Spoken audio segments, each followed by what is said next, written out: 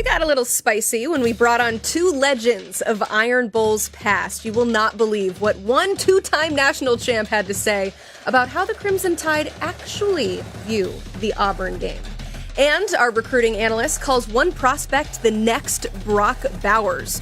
Who is it and which school is going to get him? Plus, we'll tell you who's the best quarterback in the country. Our guys do not agree on who that is, or really much at all when it comes to the best quarterbacks in this sport. We've got all that and more as the ultimate college football show starts right now.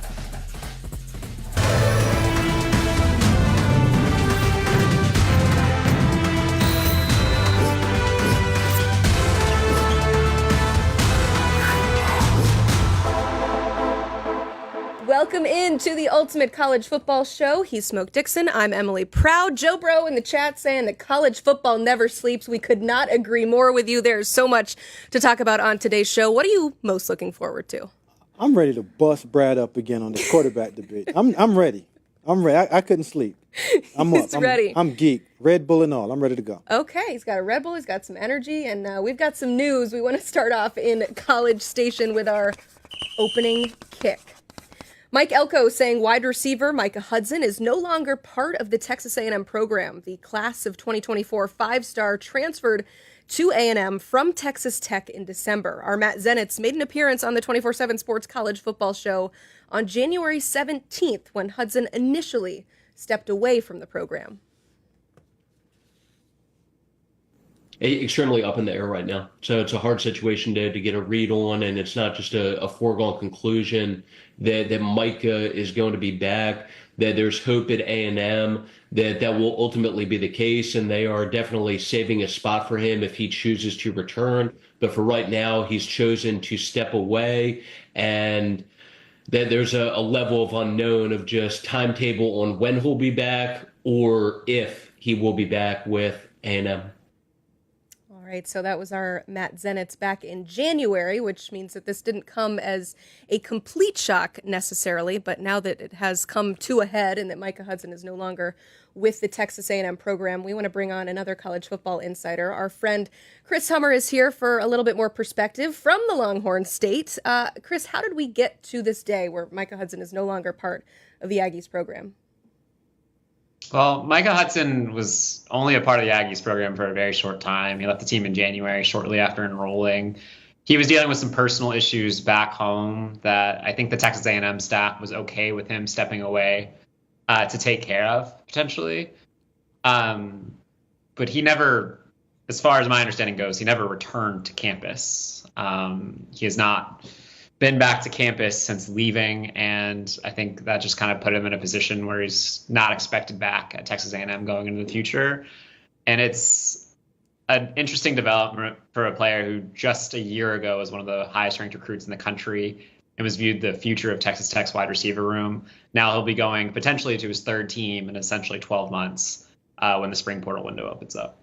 Yeah, and that's where the personnel department has to come into play, because you have to, at some point, remove what the player is on the field and get the off-the-field information on that player before you make that decision and invest, because I know he didn't come cheap. Because now you have dead money because you have a player that's moved on. Your offensive coordinator's planning for this player to be on the field, and now there's not enough research or information on why we can't keep him on the field, keep him in our university for more than 3 months. Couldn't even get him to spring ball. Yeah, I said it's not necessarily a surprise that it came to this place in his story, but we still are wondering what happened here necessarily. But Chris, you said that he could potentially be on his third team in 12 months. So does that mean no reunion again with Texas Tech, or what do you expect to be next for Micah Hudson?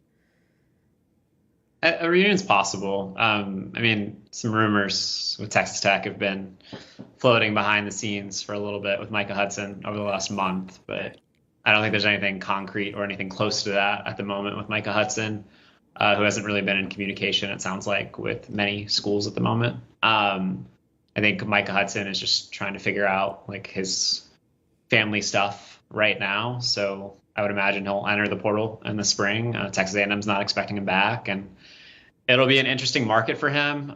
He did not. There were a lot of bad rumors floating around about Micah Hudson's NIL deal with Texas A&M a couple months ago. I think it was like $800,000 in a car. His NIL deal with Texas A&M was nowhere close to that number. And he actually took a pretty team-friendly deal at Texas Tech the first time too. So I don't think this is like necessarily a money thing for Micah Hudson. It's just a fit thing. And given that he's now on his third school in 12 months, as I said, it'll be very interesting to see how schools evaluate him in the portal, because you're going to have to weigh talent, of which there's plenty, versus some of the disruptions that have happened with Micah Hudson over the last like 6 months, in terms of being on rosters and staying on rosters. So it'll be interesting. I don't think he'll be expensive, but schools are going to have to weigh everything that goes with Micah Hudson at the moment. Chris, if he ends up back at Texas Tech, that's nasty work. That's dirty work on both sides of it, because you're looking at it and saying, okay, you left, went to A&M, couldn't survive but for a couple of days and a cup of coffee and maybe some tea and some Gatorade, and you're going back to the team that you left. So when you leave and you come back, and if I'm a school that's looking at getting a wide receiver, I'm not touching this. This makes me scared. Like red flags all over the place, because nothing's been said that happened on campus. Everything is of he didn't feel comfortable in a new place to go in and survive. And everywhere that you go from this point on is going to be uncharted waters. So in the NFL, are you going to feel comfortable enough to adapt to a new surrounding, new area, new culture? Or are you going to want to pick your stuff up and run again? So that's what makes me scared about this prospect. Forget what it is on the field. And what we haven't seen anything really from him on the college level. We've seen high school. So does the production match the tolerance and the behavior of the athlete? I'm going to say no. So I'm going to just say I'll walk away until further notice, until you show me who you are, that I can invest something in you, because there's a lot of dead money that's going around. I know we're saying team-friendly, $500,000, $800,000 car. That's not team-friendly when you're talking about you haven't given me anything in terms of production, allegedly. Yeah, Chris said that. Quick things. One, neither one of his NIL deals were close to either one of those numbers. The second thing is, like, in all fairness to Micah Hudson, my understanding is, like, one of the things that he was dealing with off the field was a family health issue. And when you're 18 and away from home, like, everybody handles that in different ways and kind of has to deal with that in different ways. I'm not saying everything's been handled perfectly, and honestly, I'd be lying if I knew every single detail of what transpired the last like 4 months at Texas A&M. But there's a reason why A&M was holding a spot for him for at least a little while, for him to come back to the program. They believed in the talent. And I think schools are just going to have to weigh all of that and all the other factors that go into it and do their research. Because this is somebody that, like, I know the people at Texas Tech have a lot of respect for. I think they were frustrated with the way it ended there and him entering the portal after what was really a injury-riddled season for him that never got going. And now you have this situation. But I don't think it's exactly cut and dry that, like, he was having like personal issues that like pushed himself out the door. I think there are a lot of things going on with him. He was the highest ranked recruit in Texas Tech history, so they were certainly excited to land him. But like you said, that one freshman season didn't get to see a whole lot because of those injuries. So as we await the fate of Micah Hudson and what's next for him, it sounds like we'll have to wait until this spring transfer portal window. How about what he's leaving behind at Texas A&M? Chris, as we look ahead to 2025 for this Aggies program, where does this leave their wide receiver room? Well, it'll be interesting. Texas A&M, if you would have asked anybody like 3 months ago, had the #1 receiver class in the country with their portal ads. They had Micah Hudson, Mario Craver, and they also brought in another top receiver from the portal as part of that group that was really hoping to make an impact. But part of the problem is, like, Micah Hudson's gone. Mario Craver was arrested recently, I believe, or detained on campus. I don't think he's going to leave the program or anything like that. I expect him to be part of it next year, but it is looking a little unstable next to Terry Bussey as well, who is coming back. So there's a lot of talent in that room, but there's also a lot for them to sort out with Marcel Reed being QB1. And Marcel Reed, a guy who has a ton of talent, but didn't necessarily show it at all times last year and struggled as a passer for stretches. So they need that receiver group to elevate, and it remains to be seen going into spring, like, what that unit's going to fully look like heading into 2025. Chris, you touched on the guy that I've been talking about all this time. It's Terry Bussey, and it's time for that young guy to step up and play. And with opportunity, with explosiveness and athletic ability, I think this is his time. I mean, it's college football. This is what we recruit guys for opportunities like this, get him the ball, and let's figure out if we made the right decision with a guy coming out of high school. Yeah, still plenty of talent in that wide receiver room. Go ahead, Chris. No, I was going to say, and the guy name was not coming to the tip of the tongue was Casey Concepcion. Yeah. Their big addition from NC State. And Casey and Terry Bussey as a combination is something a lot of teams would really hope to have. Like, that's a pretty good one, too. So it's not like Texas A&M is out of options at receiver, but it would really help their depth if other players like Jonah Wilson, another transfer that came in from Houston, could step up behind them. Because Marcel Reed and that A&M offense, based on what we saw last year, need as much of a jump start as they can get from that passing game. Yeah, definitely a loss losing Micah Hudson, but as we've laid out, Texas A&M's wide receiver room seems to be doing quite all right, and we'll have some success this season. We'll continue to track the news with Hudson. I'm sure that Chris Hummer will be all over it. Thank you so much for joining us here. We appreciate it. And if you have any ultimate burning questions, you know we love them. You can submit them right here, right now.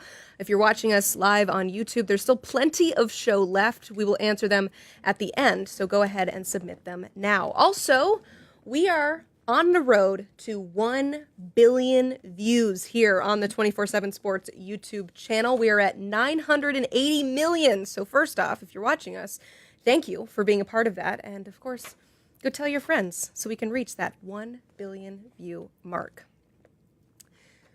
It is time for today's ultimate bracket. It's the quarter bracket. You're welcome. All about quarterbacks. To avoid bias in seeding, we use FanDuel's Heisman odds to determine the seeds. But our guys got to pick whoever they wanted from there. Our guys, you know one of them, Smoke Dixon, who's been on this show. And then, of course, we got to call in our friend Brad Brackets. Brad Crawford is here with his bracket. We'll compare the two, but the premise here, guys, is if you are building a championship team, which quarterback do you want to build that team with? So that is right now. That is not in the future. That's not projections. That's just straight up, who do you want on your team? So there's definitely going to be some disagreements here, and we'll go ahead and show you guys the final four between Smoke and Brad, because there was a lot of disagreements when it comes to the final four. We're jumping straight ahead to that, specifically when it comes to Sam Leavitt and Julian Sayin, because Brad, you have Sayin in your final four, while Smoke, you have Sam Leavitt in your final four. And as it would turn out, those two guys actually met in the first round. So we'll start with Brad. Why do you want Sayin on your team? Julian Sayin's a guy who comes to Ohio State from Alabama as their top gem of last year's class. Wasn't on campus long. He was a transfer, and now he gets a wide receiver room that includes Jeremiah Smith, Carnell Tate, Brandon Ennis. I think Julian Sayin is going to be the best first-year quarterback in college football this season.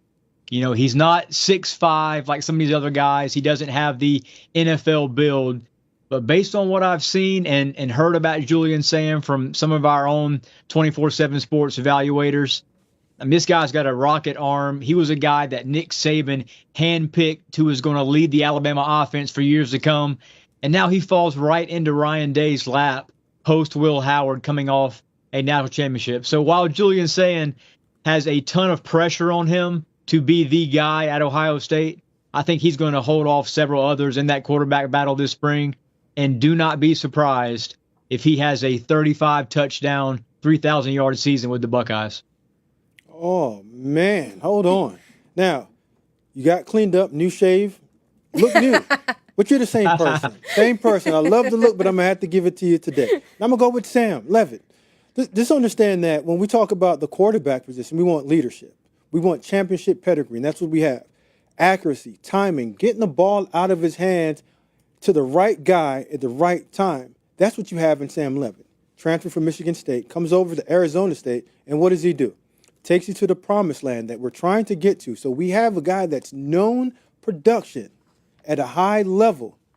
Don't turn the ball over, throws the ball to his right teammates, right time, gets it to them in space where they can run with it and score. So I know you got the guy that had the high pedigree coming out with the top ranking and all that, but I have a guy that's proven, done it, at a high level, championship base, and he's done it at college level for a longer period of time.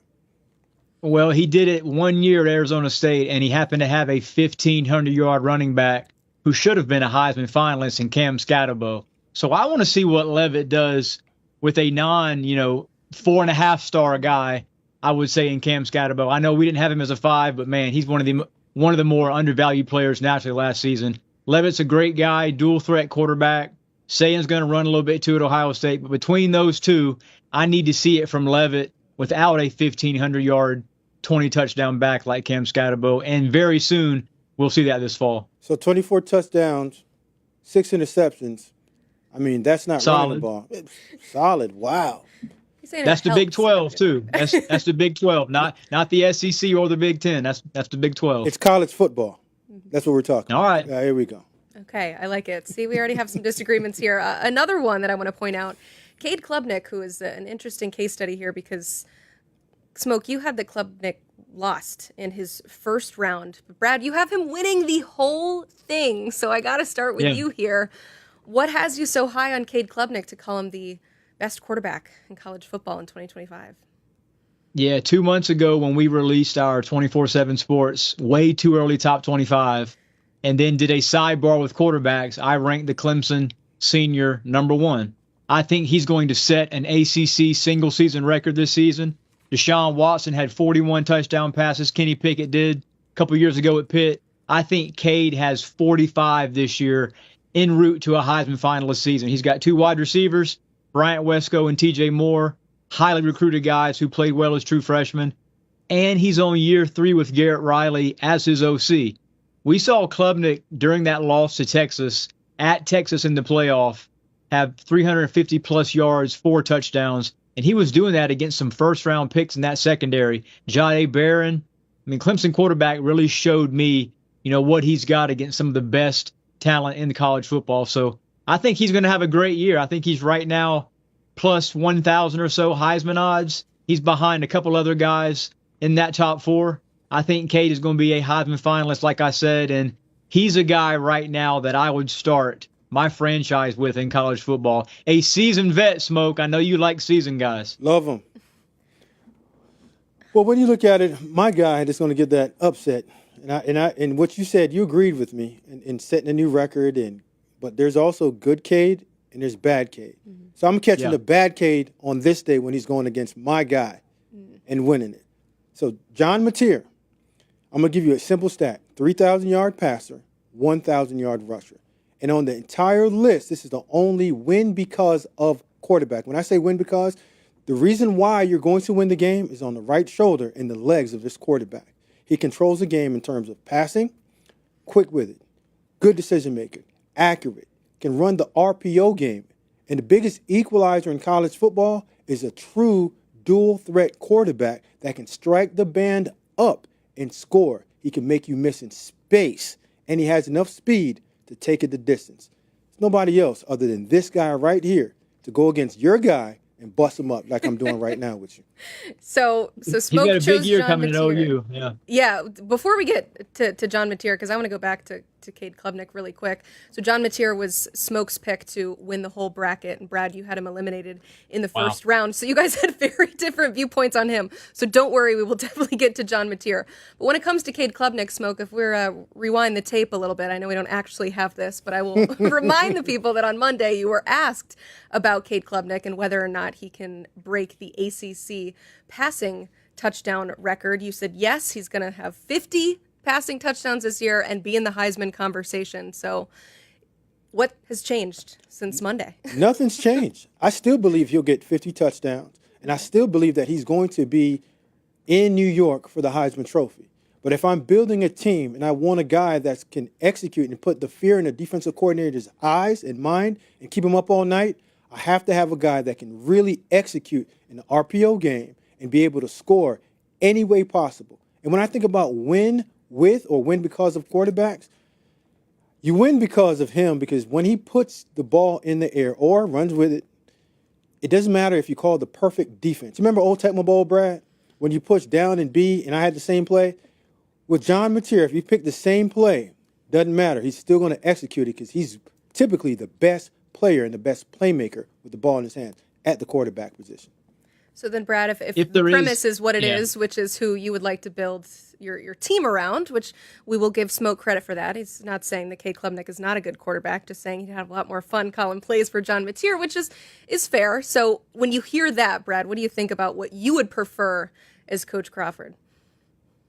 Yeah, I mean, I think John Mateer is going to have a great year, too, at Oklahoma. There's a reason that Brent Venables has kind of built this 2025 Sooners team around the quarterback position. Like, he has to be a first or second team guy for OU to conquer that very tough schedule.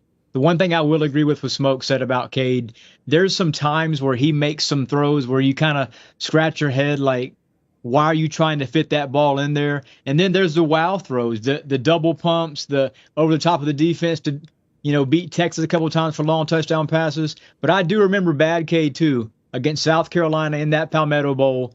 Clemson had a chance to win that game at the end of it, and Cade threw the game-losing interception. I can assure you that a senior quarterback like Cade Klubnik has that kind of stain in his memory heading into this final season. And I do think they will beat South Carolina this time around at South Carolina. But Clemson's a team that right now, not a lot of people nationally are talking about as a legitimate title contender, and I think they should be. Brad, I'm writing that down. I know who you cheer for. I'm writing that down. I don't know if you're going to be able to get back in William Brice Stadium, but it's okay. No, we're not cutting that. That's all right. Those are the kind of takes that you get to have in March. So if we have established that Smoke picked John Mateer to win the entire bracket and Brad picked Cade Klubnik, people are asking, where's Arch Manning? Because these seedings, again, were based on the Heisman odds, and he was the number 1 overall seed. You both had him in your national championship game, but I'll start with you, Brad. Why didn't you pick Arch as number 1?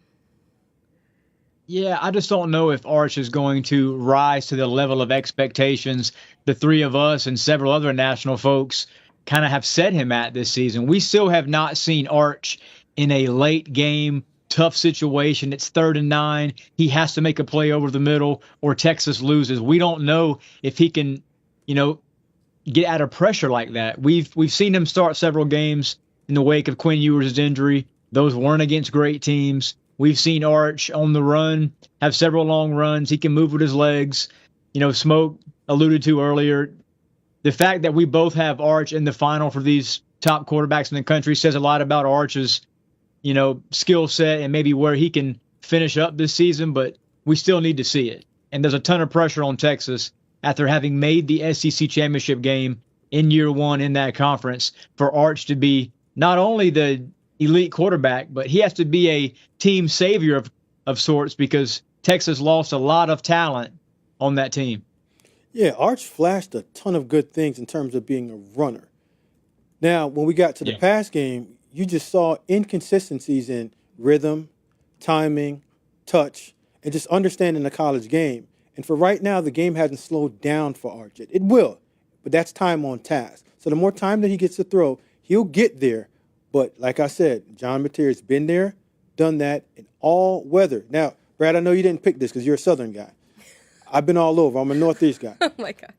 We're talking about playoffs. So we know that our quarterback's going to have to travel to different places. The quarterback that you have winning is not a guy that's traveled out of the South. So inclement weather also came in into picking my guy, John Mateer. Yeah, how many ranked teams has John Mateer beaten as a quarterback in his college career? Because I know he played on the West Coast, Smoke. There's not a ton of top 20 teams out there. So that's a stat that we'll have to pull out after the show. But I don't know how many, tough situations John Mateer has faced. He has a rocket arm. He's probably going to be a first-round pick if he has a good year at Oklahoma. But I'm still in wait-and-see mode. The SEC is a different animal, man. You played in it, I agree with you 100%. But there's also a guy that we use the past history to tell what the future is going to look like. There's a Cam Ward. Remember that guy? Yeah. Played in the same system against the same schools, and there are a lot of people that had the same questions about him. But when you ask a guy to do certain things and they do it, I can't hold that against you. Whoever you line up against me, that's what I'm going to bust up. So like when they said, you know what, you got Brad, and I was getting the bearded guy, he wasn't there. So when you came on today, the clean-cut, handsome guy, I'm going to still give you the same drama that you're looking for. I love it. I can second that with Cam Ward. Look, when he cut up the Gators last year at the Swamp in the season opener, I was sold on Cam Ward, man. None of that West Coast stuff. I mean, he was legit quarterback last season. He deserves number 1 pick. But in this discussion, I still would take Cade Klubnik, who's beaten ranked teams in the ACC, over John Mateer. I love it. Anytime I get you two together, we have a fantastic debate. So, Brad, can you stick around just for a little bit? We got some ultimate burning questions. You want to join us?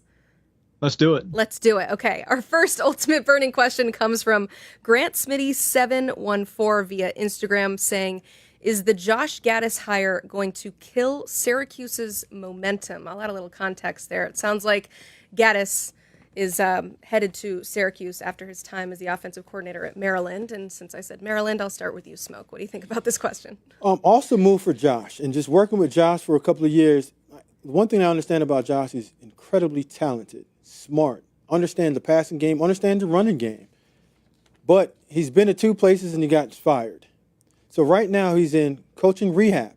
And typically when guys go into coaching rehab, they end up at Nick's place. Nick's not around anymore. So Fran, doing that, giving him the opportunity to go back and just sit behind the scenes, get the stink off of him and resurrect his career. But Josh has to find out what is it that he's lacking from him not taking that next step. Because at one point he was on that cusp of becoming that super receiver coach, offensive coordinator, the head coach. That kind of just fallen down and gone down the river a little bit. Yeah, I don't think it'll be Josh Gaddis that limits Syracuse's production in 2025. It's going to be the fact that Kyle McCord's no longer there. And the chance that he hopped to the 2025 NFL draft, I mean, this is probably a Syracuse team that is not going to get to 10 wins again under Fran Brown, at least not this year.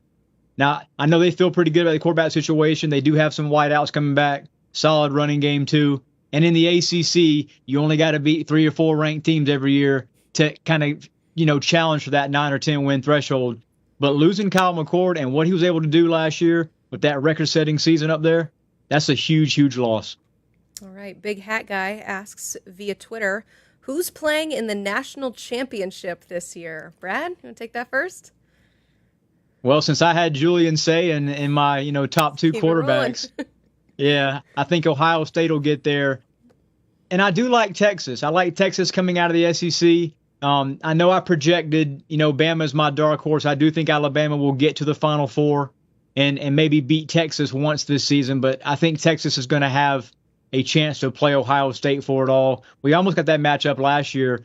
But if Julian Sayin's the real deal and Jeremiah Smith's as good as we all think he is, and Carnell Tate rises to that potential late first round type draft pick, I think Ohio State can get back there under Ryan Day. Man, you know what? I'm going to stay up top with you. I'm going to go Penn State, and I'm going to go with Texas. And I think this is the year that Texas breaks through just because of what Coach Sark learned last year of understanding how to just slow the game down.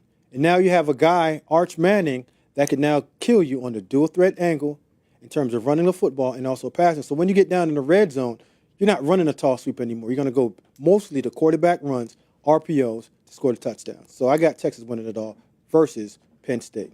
Okay, I like it. This one comes from Big Bammer Jammer via Twitter. How does Jalen Milroe's 40 time change his NFL draft stock? And for those who missed it, the internet is ablaze. He ran an unofficial 4.37 at Alabama's Pro Day today. So, Smoke, how does that change his draft stock? No, I don't think it changes his draft stock at all. I think this confirms what you saw on film. And when you watch film, all you saw was an explosive runner with the ball in his hand. But the most important thing that he did was he went in and he interviewed very well at the combine. And just talking to some of the scouts that was down there today, he threw the ball accurately. So when you don't hear a lot from a person and you don't hear their names, those are the ones that you get scared of. And those are the ones that you say, you know what? They're in the best situations in terms of falling into the right team, right place, right time. And if you think about it, just remember Lamar Jackson. We didn't hear about Lamar when he was coming out. It was Josh Allen, Josh Rosen, Sam Darnold, Sam Baker. But the guy that sat in the back in the weeds went to the right team, got himself going, sat down for a little while, and projected himself well as a rookie. And now we have a 2-time NFL MVP. Yeah, but let's not put Jalen in the same stratosphere as Lamar Jackson. I mean, he was a Heisman winner at Louisville. We knew he was a great passer coming out.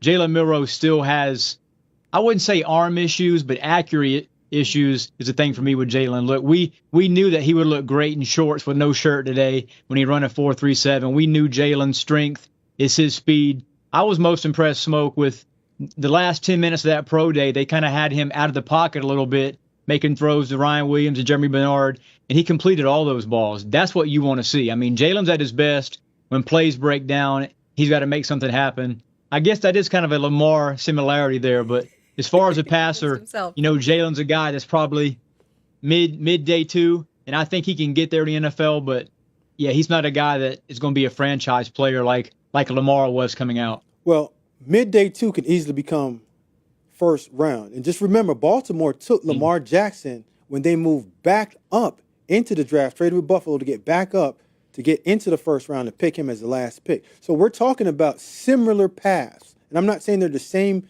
type of quarterbacks or the same caliber of quarterback, but just fitting into the right place or the right situation. Let's say Pittsburgh. Pittsburgh gets a veteran quarterback and you draft Jalen Milroe, last pick in the first round. He's in a position where he doesn't have to come in right now and start. And you can also now have Arthur Smith have a pass game and have the complete game around him. Give him a small package like they tried to do with Justin Fields last year and just work him in slowly into your program. Run the ball. You have 2 dynamic receivers right now with DK Metcalf and Pickens. Brad, I'm telling you, just listen to Smokadamus right now. I'm trying to get you in the right place. Jalen Milroe is going to be perfectly fine. Second round or first round. Right place, right time, better production than most of those guys that go very early. One of the great mysteries of all time is what Lamar Jackson would have run in the 40 had he run. But that's what makes it interesting as we get to continue to debate. I have a follow-up question here because Ryan Williams was asked about his quarterback, and he said, I'm going to run faster in the 40. Brad, what do you think Ryan Williams runs here in a couple of years? 4.34. I mean, he might beat Jalen by a couple tenths. Okay. I don't think he'll get in that 4.29 range, but Ryan's got to get better at getting open first. Last 6-7 games, he was not the wide receiver one all of us had him as. So he's got a ways to go yet. Well, he's an adult now. He has officially turned 18, so maybe that'll help. So what do you think Ryan Williams runs? I think he's 4.45 at best. Okay. I don't think he's a 4.3 guy. When we start talking about 4.3 guys, you see him disappear from people. And I didn't see the burst. I saw a smooth strider, Devontae Smitty type of runner, but I didn't see a 4.3 separate from people. Again, he's a receiver, and the receivers like talking how fast they are anyway. Just get open, like you said, and catch the ball and start getting jammed up to the line of scrimmage. All right, our next question comes from YouTube. Joe Bro wants to know what non-quarterback can win the Heisman. Brad, you want to take that first? Yeah, I'll go with a homer pick here. I'll go Dylan Stewart, South Carolina. Oh, okay. I think outside Lenora Sellers, he's the most important player on that South Carolina team because, you don't have Kyle Kennard, the reigning SEC Defensive Player of the Year, on that right side anymore. You've got the 5-star Dylan Stewart, and you've got a couple of transfer portal guys the Gamecocks can hope get to Kennard's level. But if Dylan Stewart has a Jadeveon Clowney type year where it has like 11, 12 sacks, 20 tackles for loss, and the Gamecocks are actually a factor in the playoff race, he's a guy that I could see maybe gets that 3rd or 4th spot in the invite to New York. Brad, you're trying to warm up to me, trying to get rid of my DMV boys, man. You're trying to talk about my nephew, man, Dylan Stewart. But listen, the guy that I have is Jeremiah Love, and I've been on record of saying he's the guy that I believe can break this whole quarterback thing up. Just be an explosive runner. They're going to get him more involved in the passing game. And when he can put one foot in the ground and score, I think that gives you the best opportunity to end up in New York. We almost had a running back win it last year. I think Jeremiah Love would be my guy that breaks through this year. I love it. I just want to clarify for people that Brad said if he has a Jadeveon Clowney type season that he could be in New York. If is the operative word there. I don't want people freaking out with that comparison here. Another one on YouTube, which, by the way, thank you guys so much for submitting these questions. We do appreciate it. I hate to ask even more of you, but if you could just hit that like button, we would be very, very appreciative. Andrew wants to know, is this quarterback class, so 2026, actually worse than the 2025 one that we're in right now? I mean, he said, other than Arch, will there be any first-round draft-eligible quarterback locks? Smoke? I think this is a better class, way better class than this one right here. You actually have some franchise-level type quarterbacks. You have Drew Allard that's coming out. Garrett Nussmeier that might have a chance at doing it. And let me see the name that I would throw in there with them. Drew, Garrett Nussmeier, and Mateer. If Mateer comes out and plays the way he does, you can see 3 guys being potentially first-round draft picks. Because this year, when you're looking at it, it's Cam, and then you have conversations about Shador. Is he really a first-rounder? And then after that, we're talking about Milroe or Jackson Dart or Tyler Shaw, the guy that we haven't heard much about, but they're trying to drum back up. So next year's class is way better than this year's class. I'm going to give you a long shot, Smoke, for the number 1 pick in next year's draft. None of those quarterbacks you mentioned. Carson Beck. Ooh. I think we see a rejuvenated Carson Beck at Miami. Now his arm has to be okay. We don't know. He hasn't Brad, thrown yet that's this spring. huge. That's a big one. That's a big one. The elbow and right arm. You got to be able to throw to play quarterback, unless you're Lenore I think Sellers. he's better. He's better than what he showed last year at Georgia. A lot of that was Mike Bobo and that pro-style offense that every quarterback hates to play in, all right? Pro-style offense. There's a reason Carson Beck left. You're right. There's a reason he left, though. And I think Miami, we saw what Shannon Dawson was able to do last year, Cam Ward. I think Carson Beck's going to have a bounce-back year. I'm not predicting he's number 1 pick in 2026, but I do think he has first-round potential. And those 2 guys you mentioned, I'm right with you there. Garrett Nussmeier's the guy who can go top 5, and Drew Aller has, he checks every box as far as physicality, height, weight, arm strength, all you want in a pro quarterback. So, Brad, here's what I have a little bit of pushback against Carson Beck. Yeah. You mentioned pro-style offense, but when you get to the NFL, you're going to have to run a pro-style offense and function within that offense. For me, it's decision-making and quickly making decisions. And that's where you saw Carson Beck just hold on to the ball, and that's where he got injured in. The last play, going into halftime, holding the ball and not seeing it get developed in front of his face quickly enough. Now, when you go down to Miami, you're actually going backwards because they're telling you who to throw the ball to. And last year, we saw a guy that ran around for the most part, not for his life, but he had to play off script. And when you're playing off script, that's not Carson Beck's best forte and the recipe to look real good. Very true. And, I mean, there were times Carson Beck last year, first half against Bama, matter of fact, I mean, he saw ghosts. There were times when he got rushed, when you sent 1 or 2 more guys at him, I mean, he was throwing the ball over the middle, which you do not want to do against pressure. So I have not sold all the stock I have yet in Carson Beck. I think he can be a first-round pick. I think he's a good dark horse Heisman pick right now in March. But those are great points you made. I mean, there were some times on film where you kind of worry a little bit about Carson Beck and if he has regressed as a passer. And Brad, understand now, this is probably the only time they're not going to push all the way back against you. I agree with you somewhat, but not all the way. Mm-hmm. The skill set is there, but we want to see him do it in terms of the neck up and the processing and seeing it as fast as he needs to, because unlike in college, the NFL, there's guys that's coming after you, that's hunting you, that wants to do bad things to you with terrible intentions. Well, I mean, it's not that far out of the realm of possibility, seeing as though a former Miami quarterback could be the number 1 pick this year. So it's certainly the system for it. And they've got some good juju down there in South Florida when it comes to the quarterback position. We got another question here from the notorious ATJ on YouTube asking, this marries perfectly with what we were just talking about. What is the outlook for Georgia in the Gunnar Stockton era, Brad?